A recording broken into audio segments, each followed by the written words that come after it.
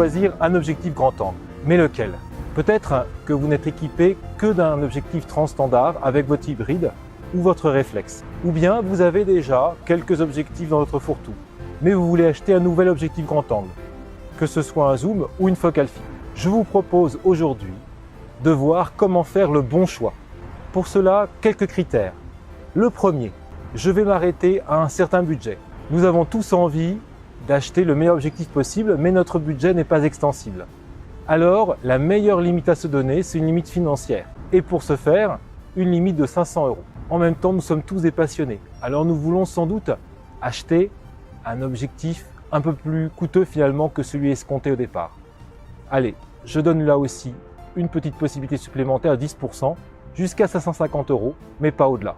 Autre principe de choix, je m'adresse à ceux qui ont un APS-C, un réflexe doté d'un APS-C ou d'un hybride doté d'un APS-C, ou encore, quand nous le verrons dans les hybrides aussi, à ceux qui veulent s'équiper pour leur objectif micro 4/3 d'un grand angle. Pour tous donc, des objectifs qui sont adaptés à vos types de capteurs. Dernière caractéristique de mon choix, je cherche d'abord des objectifs qui sont des objectifs autofocus.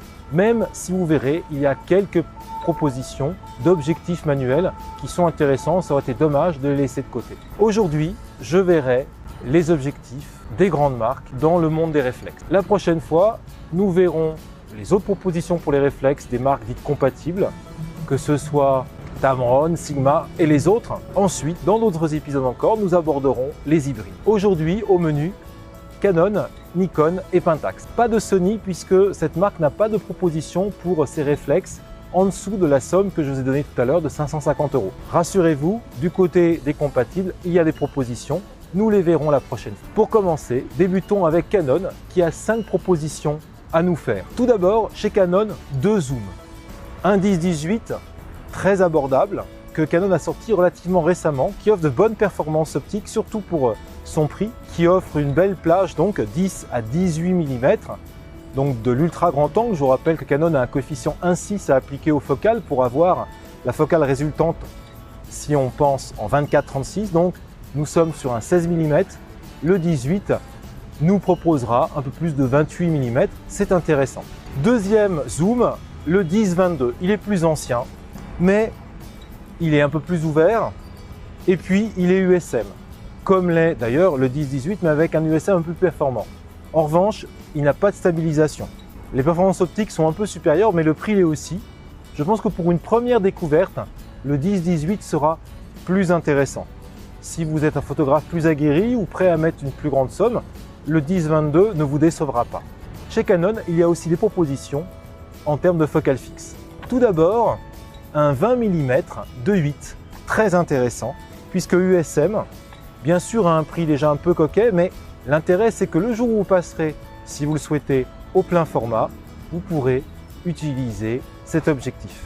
Deuxième proposition, un 24 mm, lui aussi compatible avec le plein format. Ce qui m'a fait le choisir dans ce comparatif parce que sa limite, c'est que 24 mm avec un coefficient 1,6, on est au-delà même d'un 35 mm.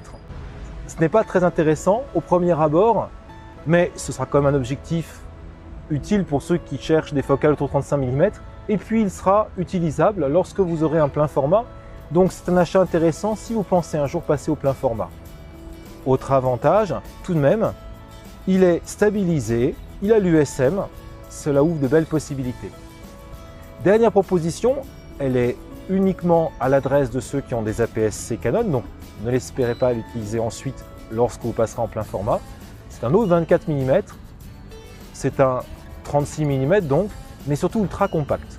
Si vous le mettez sur votre boîtier, pour peu que vous ayez un manteau avec une grande poche, vous pourrez glisser l'ensemble sans difficulté. Ce sera donc une bonne proposition si vous voulez partir léger et surtout, il est proposé à un prix ultra concurrentiel. Côté Nikon, quelques propositions moins nombreuses. Tout d'abord, un zoom qui est clairement le concurrent de celui proposé chez Canon en entrée de gamme, même s'il est plus cher. En l'occurrence, un 10-20 mm 4.5-5.6, il est stabilisé, il est très intéressant, très moderne dans sa conception. Une belle performance optique aussi pour cette gamme de prix. Bien sûr, n'espérez pas avoir des performances qu'auraient des objectifs qui coûtent parfois 1000, 1500, 2000 euros. Mais vraiment, pour ceux qui veulent débuter dans les courtes focales, il y a de quoi faire. Et surtout, vous le voyez, 10-20 mm, on est sur un 15-30 en équivalent 24-36. Toutes les focales que l'on peut espérer découvrir ainsi d'une bonne manière pour mettre le pied à l'étrier dans ce domaine. Autre proposition, un 24 mm 2.8. Il est très ancien dans la gamme Nikon, donc il pourra paraître un petit peu dépassé, mais il reste intéressant pour ceux qui, comme côté Canon, souhaitent un jour passer au plein format. Passons maintenant à Pentax avec des propositions un peu originales, reconnaissons-le. La première, c'est un zoom, mais un zoom d'un type un peu particulier.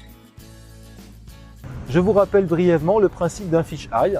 Il s'agit d'un objectif qui veut imiter le regard d'un poisson. En fait, pour faire simple, c'est un objectif qui couvre 180 degrés d'angle, ce qui induit forcément des déformations. Cela fait partie du charme de cet objectif. Le risque, c'est un peu de tourner en rond en utilisant d'ailleurs toujours cet objectif qui a un style très typé, mais il peut être utile pour certains types de photos. Un zoom donc fish-eye qui propose 180 degrés à sa plus courte focale, à 10 mm, et qui proposera 17 mm le même type d'effet, mais avec un angle moins large. Un zoom donc intéressant, à 420 € quand même, je vous conseille de réfléchir à 2 fois avant de l'acheter, mais pour ceux qui sont intéressés par ce type de rendu, il est vraiment très séduisant et permettra de faire des photos qui sortiront d'ordinaire. Seconde proposition, un 21 mm, 3.2 seulement diront certains, mais un 21 mm très compact et qui permettra de partir léger, un peu comme ce que propose Canon. Un objectif dit pancake, puisque c'est le terme qu'on utilise généralement pour ce type d'objectif. Vraiment, il est intéressant et je vous invite à le regarder si vous voulez partir léger, avec finalement un équivalent 32 mm, en fait 31,5 puisqu'on a un coefficient 1,5 chez Pentax. Dernière proposition, un 15 mm diaphragme 4, il n'est pas très ouvert c'est vrai, mais un 15 mm en équivalent 24-36, ça nous donne un 22. On est quand même sur de l'ultra grand angle, ou presque, puisqu'on peut dire que ça commence avec le 20 mm, on est plus large qu'un 24. Un objectif avec de belles qualités optiques qui pourra séduire ceux qui préfèrent faire leur choix côté optique fixe. Cela me permet de vous rappeler que dans un précédent épisode, j'ai fait la comparaison et l'intérêt de chacune des solutions entre d'un côté les optiques fixes, de l'autre côté les zooms. J'ai vu aussi d'ailleurs dans le tout dernier épisode les choix à faire en termes de grand angle. Je vous ai proposé plusieurs types de focales. Toutes ne donnent pas le même résultat, toutes n'apportent pas le même type de point de vue en fonction du sujet choisi. Je vous invite à revenir à cet épisode. Nous avons terminé pour cette fois-ci côté grande marque. Pour ne pas allonger démesurément cet épisode, dans un suivant, nous verrons des propositions, toujours pour Canon, pour Nikon et Pentax, mais également pour Sony, proposées par toutes les marques compatibles et nombreux sont les choix aujourd'hui.